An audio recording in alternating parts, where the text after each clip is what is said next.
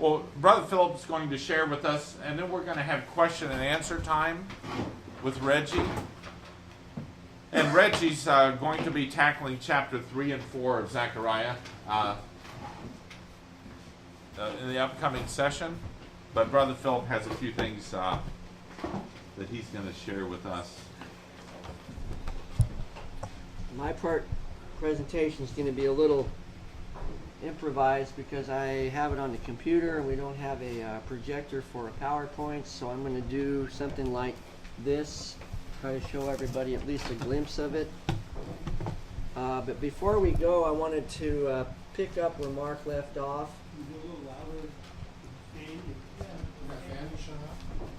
Yes, we should. If we can shut off the fan, that would be good.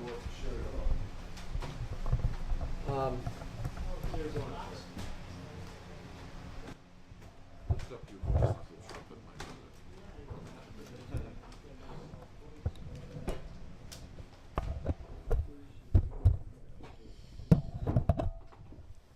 How many of us have prayed before for an understanding of the distinction between the Son of Man and the Son of God?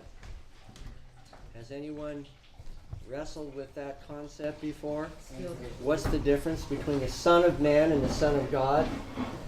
Well, tying into what Brother Mark said, I'd like us to take a look at Mark 3, verse 1, Mark 3. What I'm going to talk about in the rest of the presentation is different than this, but I just wanted to add this potato to the pot of what Mark discussed. Someone like to read the first 3 or 4 verses of that, please? Mark 3. Yeah.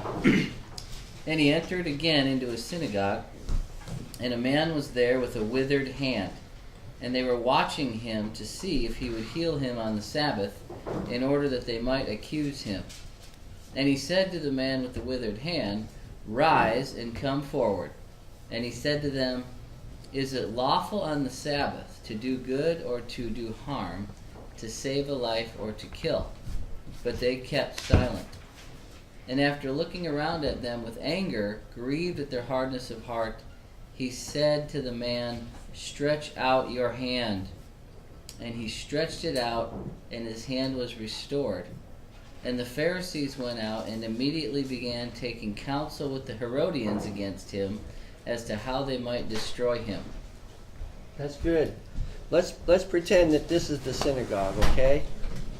Jesus comes in, Yeshua comes in deliberately and intentionally. He knows the hearts of the people in this place, but he walks right in full well of what the atmosphere was going to be. Hostile. It was a deliberate and intentional act on his part. And as he walks in, he notices the man with the withered hand. He's probably already praying about how he's going to handle this situation, right?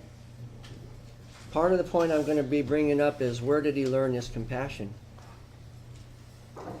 So he calls the man forward in the front, in the gaze of everyone there. This is where the rubber meets the road. Everybody's watching him to see what is going to happen.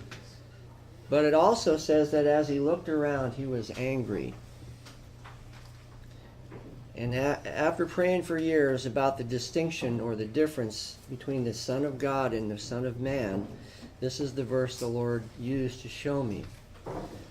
While Yeshua was angry at the hardness of their heart, at the same time, he said, "Come forth. You, come here." And he reached out and he healed his hand by the Spirit of God. That was the Son of Man and the Son of God operating at exactly the same time. How many of us can be angry and still stay in the Spirit? To be angry at X, Y, or Z circumstance and then still be able to say, "Come," and minister to a person in the midst of all that hostility and your own emotional state of mind, i.e. your humanness, and still allow the Lord to work through you.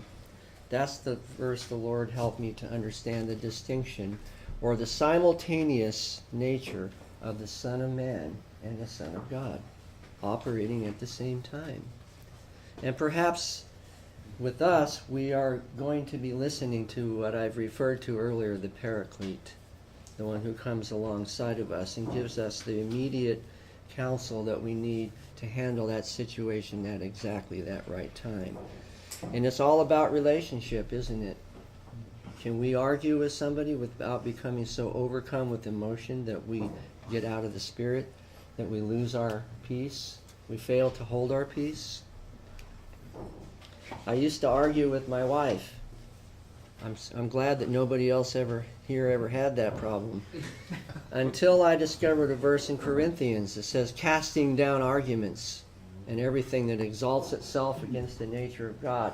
And at that moment, the Lord showed me, you never have to argue again. Amen. You don't need to fight about what is right. You don't need to argue with your wife. There is no law written, thou shalt argue. No, you cast down argument. And that was a turning point in my life.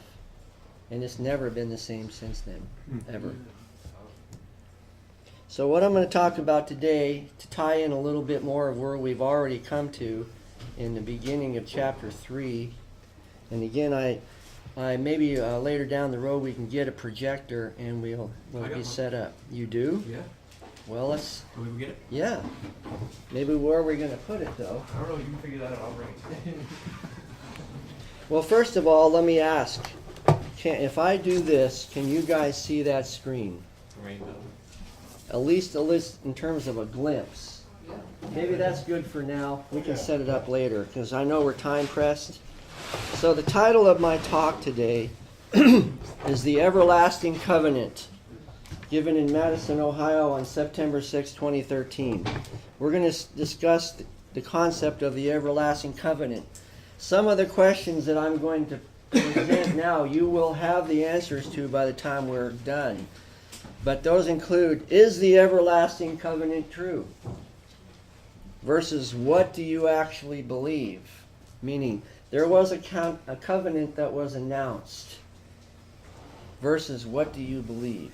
It's more rhetorical, not personal. But this has to do with us as individuals, but also as members of a fellowship, both this one and the large one, the body of Christ in general.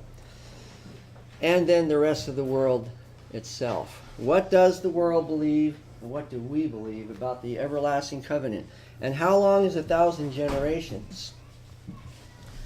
What is this everlasting covenant? Who are the anointed ones? And what are the people of Goyim raging about? These are going to be some of the things we're going to address as we go forward in our discussion. The first mention of the everlasting covenant is in Genesis.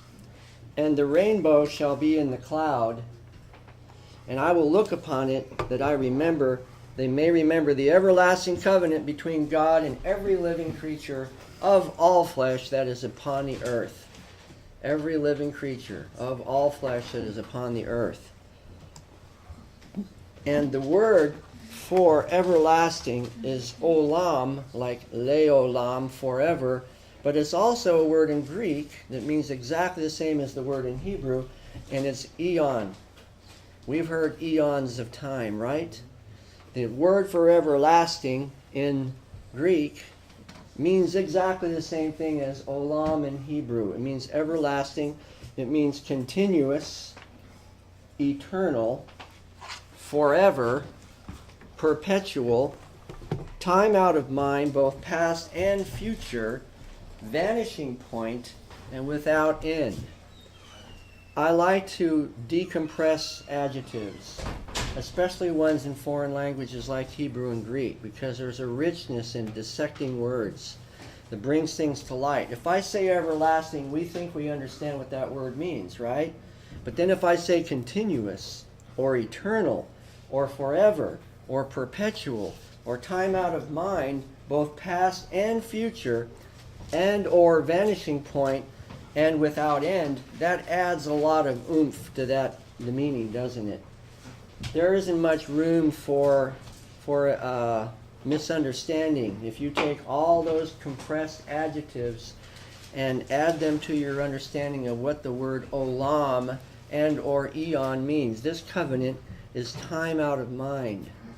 It existed past, present, and future beyond our comprehension of time.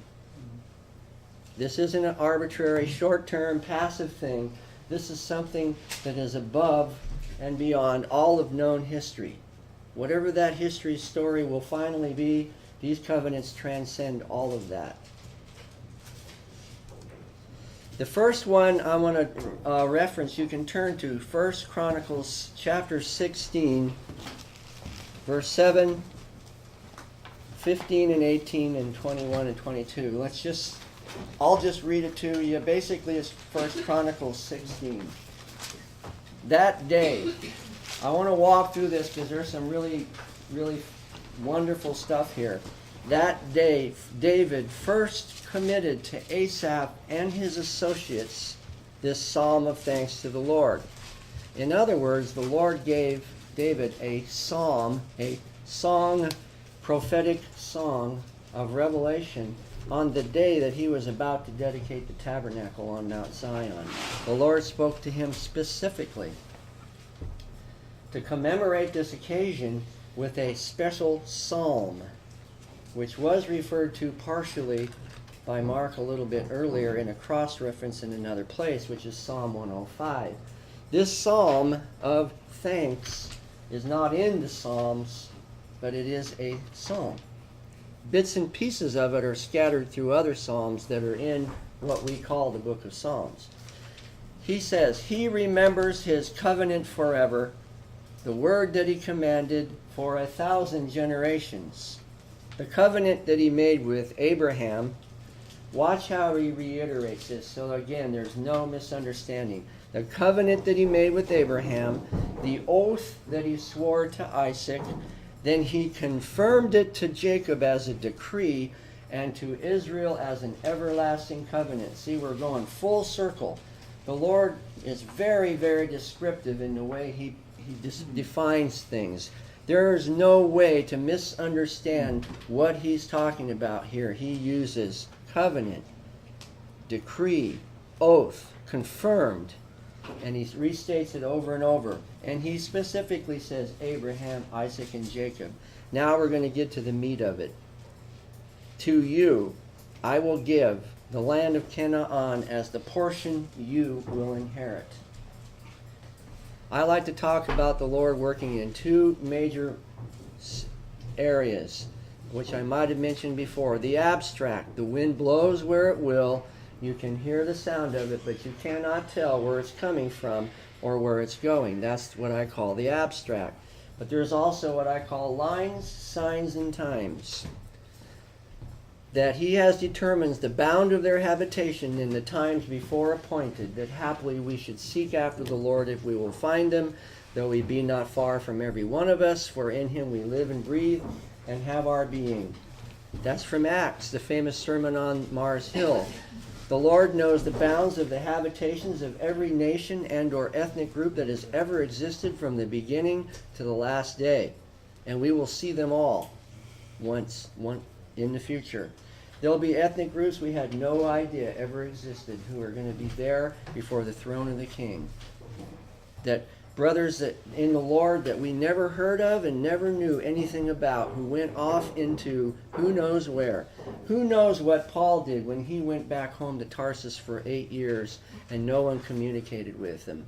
You think he just sat home and sulked? Not likely.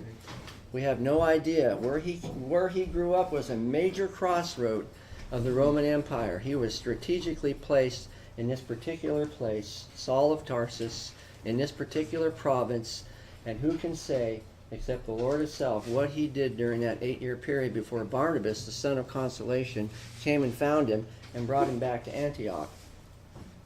To you I will give the land of Canaan as the portion you will inherit. So what did He give them? What is the everlasting covenant? It's very, very clear. It's the land of Canaan. It's the West Bank. It's even maybe the Gaza. It's the whole promised land. for 1,000 generations. How long is that? Okay, depends on how you want to technically define a generation. Let's just be kind of in the middle. Let's say 40, 50 years, right? 30, 40, let's say 40. Well, what is that? That's 40,000 years. How much history do we have as Americans? 200 and something or other, right? Imagine if America went on for 40,000 years. It's unimaginable. It's incomprehensible, isn't it? It goes beyond our ability to grasp it. Just like I can say there's 1 billion universes with 1 billion stars in each one. Well, I believe you, but I can't imagine what that really is. This covenant supersedes history. It goes beyond our imagination or ability to comprehend it. And then he says he allowed no man to oppress them. For their sake he rebuked kings. Do not touch my anointed ones, and do my prophets no harm. This is part of the covenant. Now you can argue maybe about what do you mean you allowed no man to oppress them, and you rebuke kings, and not to touch my anointed wings. Well, there's all kinds of trouble that happened, isn't there?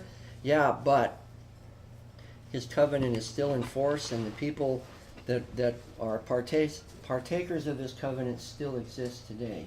They have not been eradicated. Do not touch my anointed ones. What is that word in Hebrew? Yeah, Moshikim. Who are those people? Who are the anointed ones?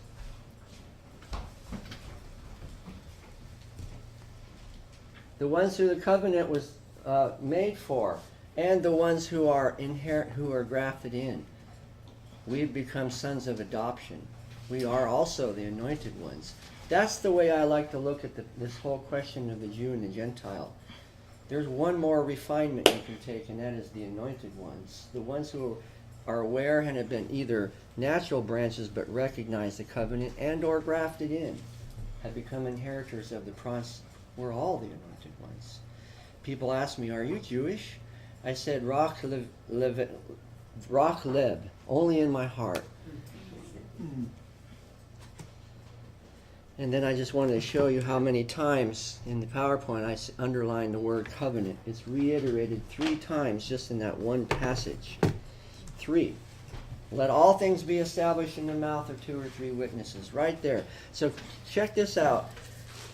You read the whole psalm in 1 Chronicles, and it's a psalm of celebration and thanksgiving. By the way, I promise you, if you take that psalm, 1 Chronicles, chapter 16, and you literally read it out loud, verse by verse, and at the end of every couplet say, and this is worship, because it's a psalm of worship. Say it to yourself, try it, and see what happens to you. You're going to realize there's a whole bunch of things related to the worship of the Lord that you never thought about before it's being worshiped. Walk your way through the 20 or so verses of this psalm and see what kind of revelation the Lord gives you when you literally say, this is worship, and this is worship, and so is this. You're going to have an amazing revelation, I promise you. Now fast forward a little while to Ezra. When they came, Ezra 3:10.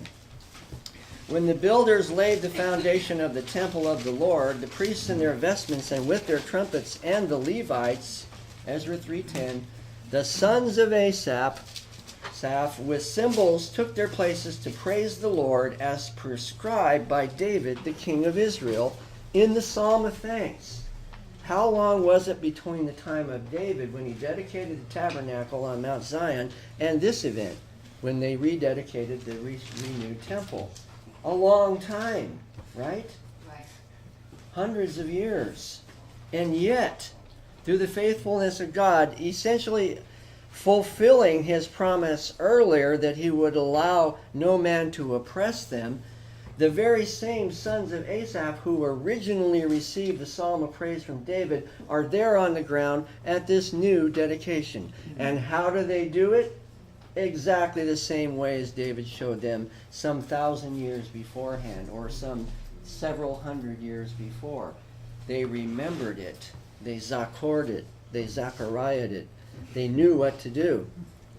It had been passed down all that time. This whole conscious awareness of the everlasting covenant had been inherited generation to generation down through the years, and when they rededicated the temple, they did it exactly on the basis of the original everlasting covenant. They knew exactly what was happening. Then I have a note to myself to mention the Maccabees. How many of us have been assumed or absorbed the belief that the time between the last prophet and the New Testament, the covenant of the resurrection, was a quiet time? That's absolutely false. If you read the Maccabees, you'll find out exactly what I'm talking about. That was one of the busiest times in the whole history of Israel. There were spectacular battles with angels on horses with gold harnesses that thousands of people saw. Thousands. Armies. The Maccabees fought against the Seleucids, the Greeks. The Greeks hired mercenaries to come. Guess who was one of their main primary sources of mercenary soldiers? The Idumeans, aka the Edomites. Yeah. And where would they set up camp? In modern day West Bank. They always came in through the south, up through those cities in the southern part of the West Bank, and that would be part of the Seleucid king's forces to do a, diversionary tactic. And they fought all of their battles, virtually all of them, in the West Bank. And quite often they would win them on spectacular style on very significant days, like Yom Kippur. Or in a couple cases on the Feast of Esther, Purim, the very same days. And you will be amazed how far, I call it stretching the rubber band, how far the Lord allows things back to go before He finally steps in and intervenes. And when He does it, you read Maccabees, you're going to be amazed the spectacular way that He did it. Angels on horses, just exactly like the ones in Zechariah that we read about. The angel on the horses that are going through, they saw them. What was the wall of fire we talked about earlier? They saw that too. The Seleucid kings fought against Israel, the Greeks, and they hired mercenaries, and there were numerous battles. And part of the intrigue that we read about with the man of sin and the horn of the north and all the different variant titles of the Antichrist, you saw that working on a regular basis through the book of Maccabees. And unfortunately, it wasn't just the Greek pagans, it was also members of the house of Israel who also intrigued against their own brethren for sake of gain. Then on top of it, we have Psalm 2, verse 1 and 3. Why do the heathen rage? The people imagine a vain thing. The kings of the earth set themselves, and the rulers take counsel together against the Lord and against His who? Anointed, saying, let us break their bands asunder and cast away their cords from us. There you've got raging, you've got imagining, you've got setting yourself, that's this, you're not going to move me, come on. And the ruler's taking counsel. You have all this emotional intelligence, energy being devoted into what? The Lord and His anointed. The thing is, though, you can't see the Lord. Who can you see? Who can you at least perceive? Who are you going to vent your rage on? The people, the anointed one. And the other one, there is a threefold cord in this, and that is the covenant. You look around you and everything that you see in the world, you evaluate it through the prism of raging against the Lord, His anointed, and the covenant. You will pretty well be able to discern anything you look at it. You run it through that criteria, and you will be able to evaluate just pretty much exactly what is going on. I have a saying, some of you have heard it before, and that is that Israel reveals the hearts of men, and Jerusalem will sift the nations. That's my theology in a nutshell. So, do we believe that the everlasting covenant is still valid today, in modern times, with cell phones and cruise missiles and all the other high-tech stuff we have? Has that superseded the everlasting covenant? that supposedly lasts for 1,000 generations. It's a really simple sounding question, but it's very fundamental. Is it in effect today or not? Do we really believe it? Because if we do, that means we have to align our entire worldview to be in alignment with that covenant. We must. Amen. If we're listening to the voice of the Lord, if my sheep hear my voice and another voice they will not hear, then what is the Lord telling us? The everlasting covenant is still in effect. And we have to conform ourselves to that, regardless of what everything else you see. And you're going to see the most massive download of deception and betrayal in the history of the earth. And it's going to happen faster and faster, and it's going to get more and more violent. And it's all going to be posed around this same question, what he brought up. Are you with the Jews? Did he have any or not? And then I have a breakdown of Psalm 2. I just went through and did a word study on it. But what I'll do is I'll just tell you what some of these verbs mean. The verb for rage means commotion, conspire, plot, tumult, and uproar. Just think of all these descriptive phrases that are compressed into this psalm, that the whole world is, they're using all of their resources and energy, all the gifts. For example, the Arab world, the Lord gave them a great gift, oil. And what are they doing with it? Wasting it. Pouring it out on the ground in their own rage, right here. Imagining vain things that ultimately will come to nothing. And they can't say on the day of judgment, well, Lord, we had a dry land with no resources. No, actually, that's not true. I gave you more than enough to take care of all your people. You realize that if you took the Tigris-Euphrates Valley and utilized that to the maximum extent possible, it would be enough to feed virtually the entire world. If you just did it. I worked in Egypt in '92 as an entomologist, and I asked them, why don't you use drip irrigation? You know what they told me? Because Israel invented it. That's exactly the reason they told me. What was that? Because Israel invented it. Oh, so it's good enough. They will not use drip irrigation because the Israelis invented it. And the next one is people imagining a vain thing. Imagine means to devise, to growl, to meditate, to moan, muse, mutter, plot, roar, and speak. These people are just going around totally consumed, everything they do, against the Lord, His anointed, and the covenant. And then the rulers of the earth standing up, that means commanders. These are not lightweights. These are like the princes that we read about, the princes of Persia, the powers of the air. It also means judicious and weighty. These are the high-level authorities in the world that we see and the ones we don't see. And taking counsel means to appoint, to begin, to establish, fix, lay a foundation, ordain, sit close together, and sit in conclave. They do what we're doing now, but against the Lord and against His anointed. And then the other one, break their bands, means to pull apart, rip apart, draw or root out, and separate or snap.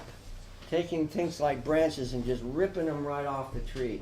They want absolutely nothing to do with the authority of the Lord or the influence of His anointed. Period. And then cast just means that. Cast, fling, hurl, or throw. Like throwing a baseball.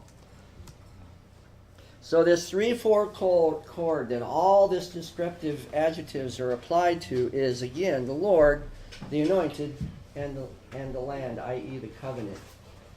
I think it's important to keep this in mind as we go forward, because it'll help you keep things in alignment. If you recognize that all this raging and antichrist activity that we're seeing emerge more and more is focused specifically on the Lord, who we can't see. So that means even more of that concentrated anger and raging is going to be focused on things you can see, the anointed, and or the land, i.e. a false claim that this is our holy land. By the way, the largest terrorism trial in American history that 105 convictions of 5 individuals from somewhere between 12 and $60 million worth of support to Hamas. Guess what the organization was that was on trial? The Holy Land Foundation Fund, generating money for support of Hamas. They also say that this portion of land is their holy land. So this is a cataclysmic controversy between the Lord and His anointed and His covenant that, as we read earlier, preserve that particular portion for the Lord. Judah is exactly the same land that the Antichrist and the beast and the false prophet are also going to be claiming in the end. And I'm telling you now, if you don't know what you believe, not that anybody here doesn't, you better figure it out pretty darn quick. Because you're not going to be able to buy the oil in time if you don't have it now or soon. And again, just a reminder, the verb for anointed is derived Mashiach or Mashiachim. Those who are anointed. Now, there's another everlasting covenant, and that is now the God of peace that brought again from the dead our Lord Jesus, that great shepherd of the sheep, through the blood of the everlasting covenant. I maintain that if the adversary can invalidate the everlasting covenant vis-a-vis the land of Israel, that he can also deceive us or invalidate and betray us into not believing in the covenant of the resurrection. Because they're built. One cannot exist without the other. If we can invalidate the covenant of the land, then the covenant of the resurrection has no basis to stand on. You cut the foundation out and the whole thing collapses. And there is an ideology that's a force in the world today that has had the ability to deceive uncounted millions of people in the world into believing emphatically that the crucifixion of Christ never happened. I'm not talking about whether or not you accept the redeeming value of the crucifixion, the atoning value of it. I'm talking about the actual historical fact of it, that it never happened. Not to mention the atoning value of it. That's a whole nother layer of theological argument. I'm talking about the actual historical fact that it never happened. Like the Holocaust. Like the fact that the Jews never had a presence in Jerusalem. Outrageously blatant deception and betrayal. Just right out there. Who is like the beast? And who can make war unto him? Oh, the only people... Times and seasons. It's just more and faster and more violent. That's all it is. It's just this cumulative process where we're going to see all the battles that ever take place, and we're going to see all the faces of all the deceivers and all the betrayers that have ever existed compressed into one series of cataclysmic events. Oh, there's him. Oh, there's him. Oh, there's Leviathan. There's Behemoth.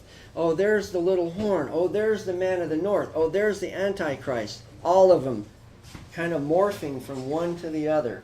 You know that Leviathan opposed the creation?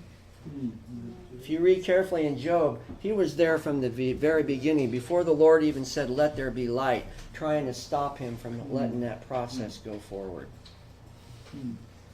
Phil, is there any denomination or world council of churches or anything that is already promoting this against the resurrection? Not on the Christian side that I'm aware of, but there's a lot of interfaith dialogue, and they allow those that they're having the interfaith dialogue to maintain that deception and not say anything about it. My premise is, if you can't solve the controversy of the resurrection, the crucifixion, then there's no really point in going any further. If you can't get past that point, what's the sense of having a dialogue?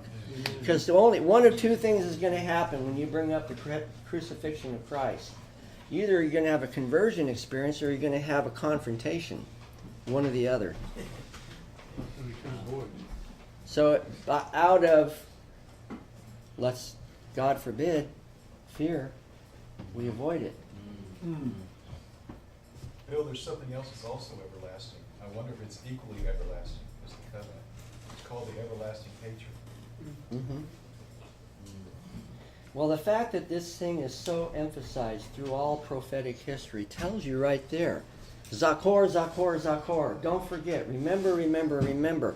There's been a constant assault against this covenant from the very beginning. Before it was even brought forth, before that part of the mystery of the Lord's plan was even brought forth, there was already opposition to it. They had a running head start on us. They've been at this for a lot longer than we've even existed. So do we still believe in these everlasting covenants today? And if not, then what is the alternative? And the alternative, there's two alternatives. We can either do this, redeem the time, for the days are evil. I think if I saw a cloud like that, I would definitely redeem the time. And to redeem means to buy up, to ransom, to reclaim, and to rescue from loss. Maybe that's part of what we're talking about now, isn't it? A little bit of rescuing from loss. Again, to make the point, this is why I like to dissect words, because redeem, we think we understand what it means, but when I tell you buy up, ransom, reclaim, redeem, and rescue from loss, that's a lot more comprehensive, isn't it? It really brings a lot of life. Or the other alternative to redeeming the time is this, which is, I don't care how hard you try to tell your brain those lines are not straight, but I guarantee you those lines are all straight. All I have to do is just put a ruler next to it and you'll see it. But you cannot trick your brain into thinking that those lines are straight. On Easter of 2/12, I was in Washington on a TDY. The Lord prompted me to wake up early. He told me the night before, I want you to wake up and watch the sunrise. So I did. I watched the sun rise up over Washington, D.C., and as it was rising, the Lord spoke to me quite plainly.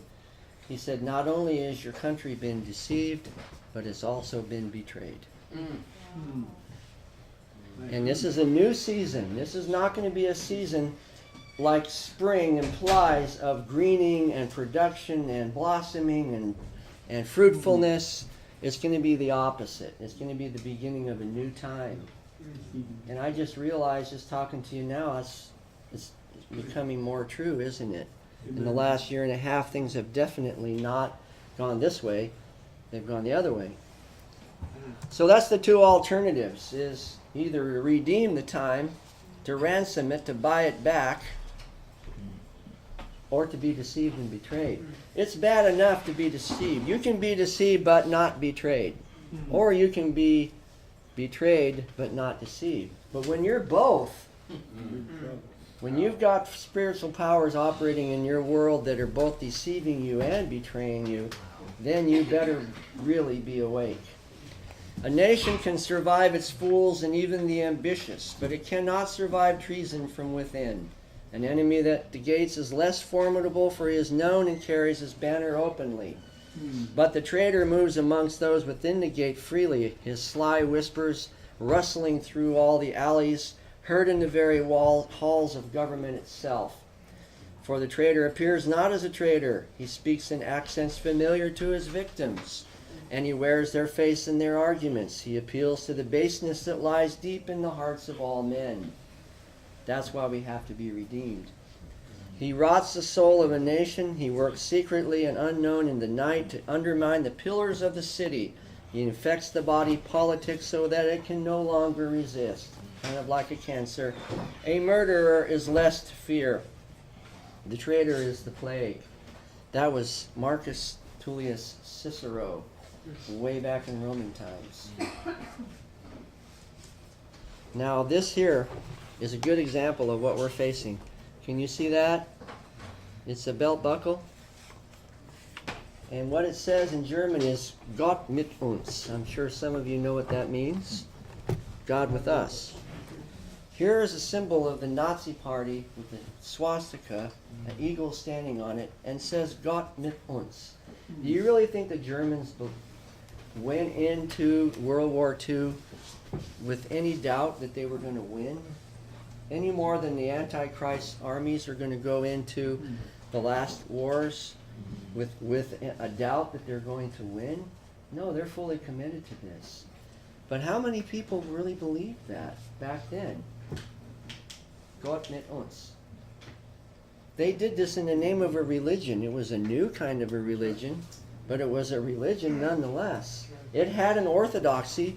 It had a theology. If you violated, you were excommunicated. I mean, that's it. You're out.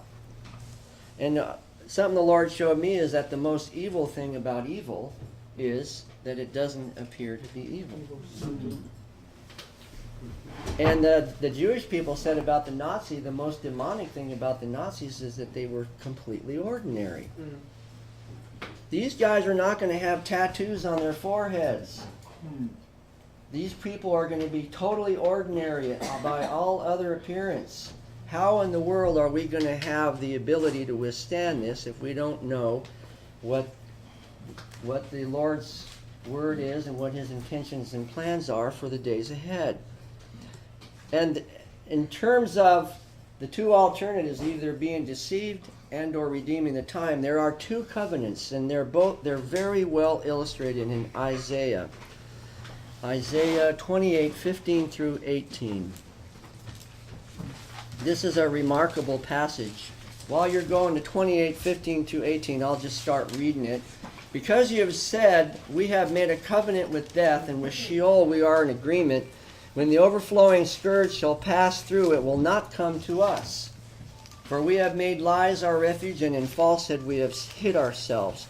Basically what they're saying is the consequences of sin and our covenant with death will not come to us. We have made friends with the author of death, and he will not touch us. We will not suffer the consequences of it. And then right in 16 and 17, it gives you the alternative, the other covenant. Therefore, says the Lord, I lay in Zion. Where? New York City? Paris, France? Madison, Ohio? No. I lay in Zion a foundation stone, a tried stone, a costly cornerstone of sure foundation. He that believes will not make haste. That means he won't make rash decisions, run around like a chicken with his head cut off. And I will make justice the line and righteousness the plummet, and the hail shall sweep away the refuge of lies, and the waters will overflow the hiding place. There are two covenants in these 4 verses. The covenant with death and hell, and the one that's laid in Zion for a sure foundation. And then verse 18, he goes back to his starting point with 15. Your covenant with death and hell will be disannulled, and your agreement with Sheol will not stand when the overflowing, meaning inundating, scourge, i.e. misfortune, will pass through, and then you shall be trampled down as a potter tramples clay. This is violently descriptive. What it means is basically your face is going to be smashed into the ground. When this thing happens, you're going to be so devastated that you're going to be literally crushed right into the ground by the violence of this so-called friend of yours.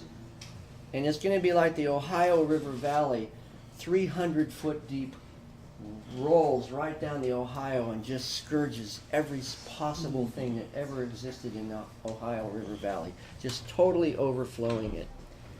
That's the consequences of the covenant with death and hell. But that would not have been established without a strong spirit of deception and betrayal. And I mentioned earlier the covenant. Sorry.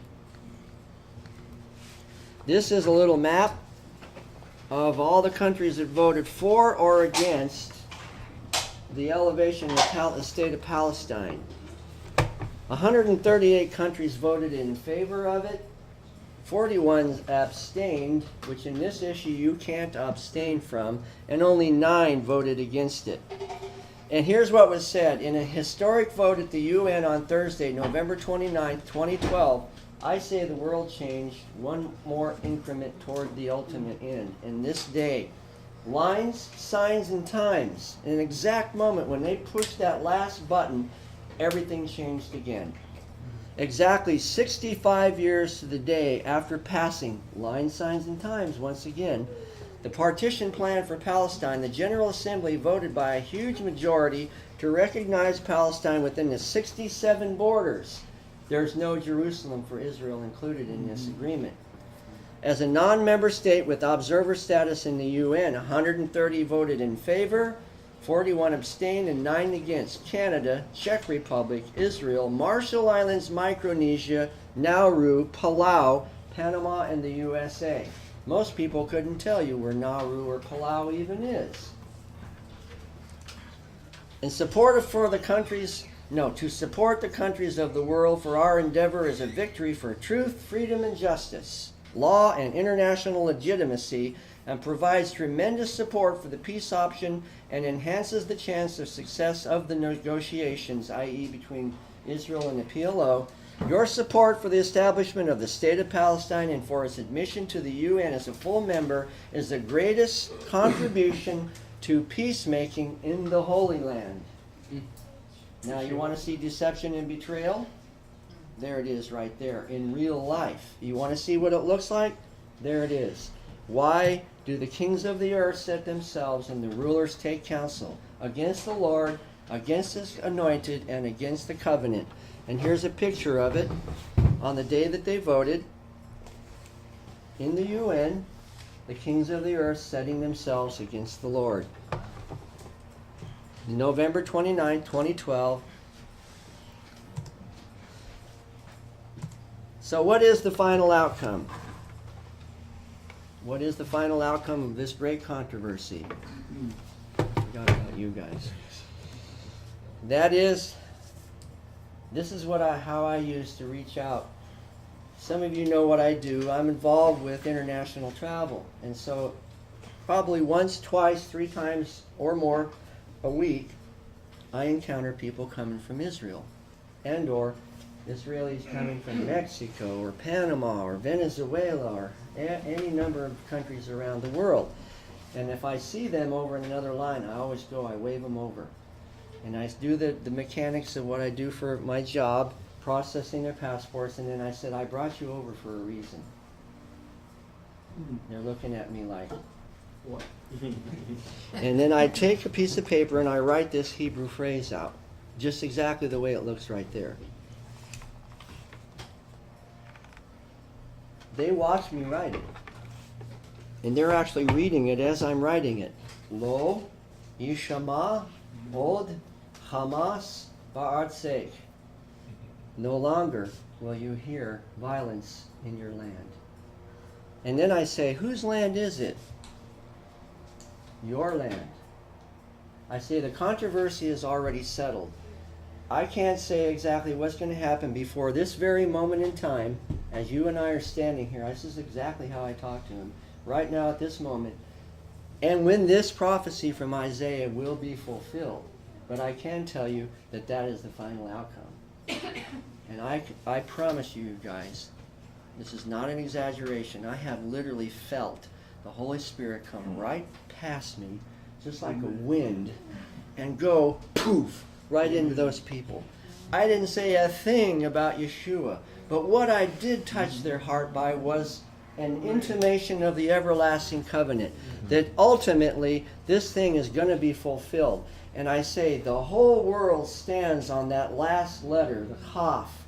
The whole world is standing on that letter, and they're looking at me like, because that means your.